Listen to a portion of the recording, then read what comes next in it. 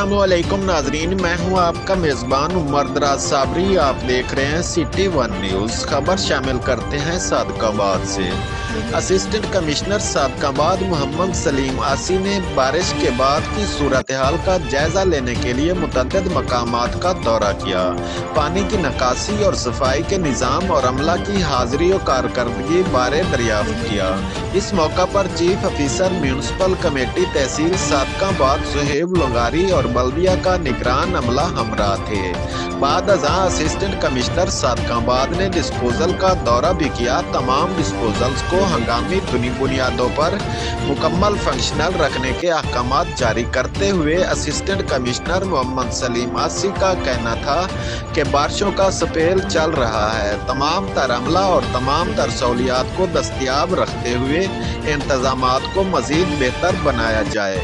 इस बारे में कोई कोताही बर्दाश्त न की जाएगी। रिपोर्ट कर रहे हैं Hamid Ali, bureau chief, city one news Sadiqabad से।